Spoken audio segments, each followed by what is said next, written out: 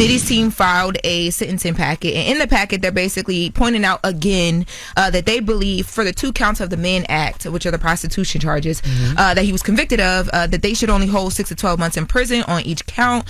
They said this accurately reflects the seriousness of the offense laid out according to his federal conviction. And they mentioned that, you know, with all that being said, he's already done 13 months in the Brooklyn Metropolitan Detention Center, and they point out how horrible the conditions are that he's been living in.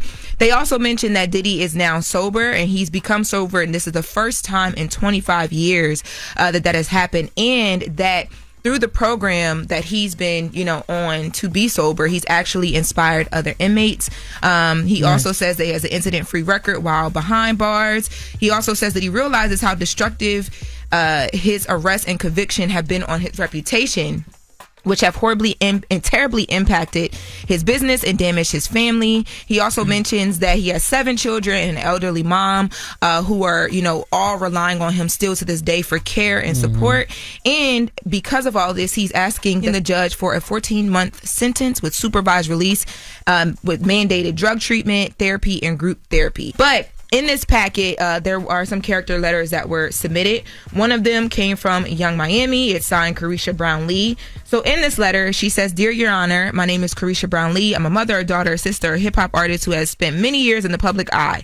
I want to be clear that I cannot speak on or defend anything that may have happened before I met Sean Combs. I do not condone any wrongdoing. I can only speak from my personal experience from the man that I've come to know over the past 4 years." So she talks about in those years how they were in a public relationship. And she says she came to know a completely different person. She says that Diddy motivated her. He believed in her. He helped her grow both professionally and personally. And she says that she's writing this letter because she believes it's important to the court to know the side of Diddy that isn't always seen or spoke about.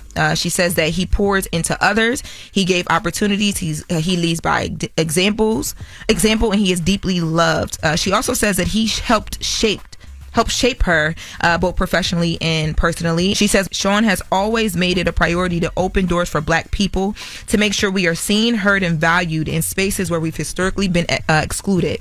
That night reminded me that we belong in every room, at every table, and at every conversation. And she talks about a lot of the inner work. She says that, you know, he's done a lot of inner work. He made the choice to check himself into anger management, start therapy, and, you know, continue physical healing through therapy. Well, that's going to be a continuous process. Yes, but to me, that was the mental and emotional aspect of it. Oh, 100%. And also, too, it's only been 13 months. You know what I mean? Like, that takes a long time. But I thought that this line was like, because people have been trying to figure out what their communication is, if anything, how much she's been keeping up or whatever. To me, this says that she's been very well aware of what's been happening with him, and I mean, whether she's talking to him or someone close to him, I'm sure the lawyers she's been keeping her up abreast of what's going on. Yeah, but I mean, people didn't even know that was happening. We had no idea about what their relationship was to this point behind closed doors, because we had all thought that, you know, she distanced herself a bit when everything was happening. Y'all was thinking about that? She was supposed to. I really wasn't thinking about it. It's my job too. It's my job too. Yep. Yeah. Common sense would just be like, yeah, she has to, because it would affect her business. You know, that was a pretty nasty trial. You know what I mean? Yes. She had to stay away for her business and what's best for her. So, so she got kids and stuff too. And the beauty of it is she didn't come up in none of the freak off videos or anything. You didn't hear nothing about, you know, her having to collect semen to rub on his nipples. No, we didn't hear that. Yes. So had to take us back to the nipples, huh? You ain't learned nothing. That was the most graphic part of the trial for this man, and we didn't even get to see it. Nobody will ever forget that, ever. Yeah. Trying to wonder why people come back screaming. You will never make anybody forget. You won't let us forget. Yes. You're getting Coco Loso rubbed on your nipples. You're going to think about that forever. Coco Loso. Ciroc boy in the building. I wonder if therapy will take away all of those fetishes, too. I mean, I be thinking that. Wow. If you want your nipples with a little semen glaze, that's not a fetish. That's just a recipe. You know, wow. Have you tried it? No, I have not. I'm just recipe saying. for what? Disaster, obviously. Because what? Jeez. Oh my God. Roasted nipple with a semen glaze. That is not what I want. It is not appetizing to me. So Young Miami, she wrote a letter to Diddy Judge. And she started that bitch off and said, "Dear Your Honor." You know that's some chat GPT shit. She did not write that whole letter. She over there telling the judge, "Oh, he's so great, he's learning." But she did say that she can't speak for what he was doing before She met him.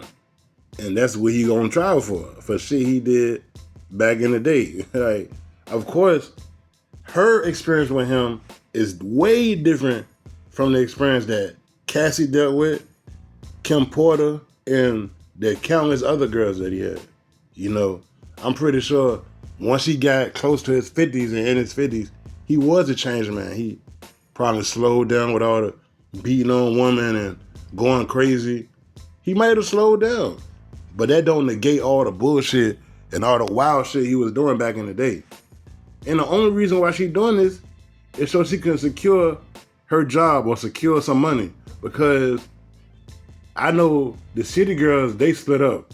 JT, she doing good because she got Lil Uzi. Lil Uzi, he one of the richest young rappers. So she good. And Young Miami was good because she was dating Diddy. And you know, Diddy was like damn near a billionaire, if not a billionaire. So she secured the bag and she was good. She was like, I ain't got to worry about rapping. I ain't got to worry about nothing. He going to give me a job. He going to take care of me. Now he got locked up. She went silent. But now that his sentencing is next week, she trying to make sure she's still getting money when he get out. She ain't fooling no goddamn body. This shit crazy. Which I think about this, Bobby.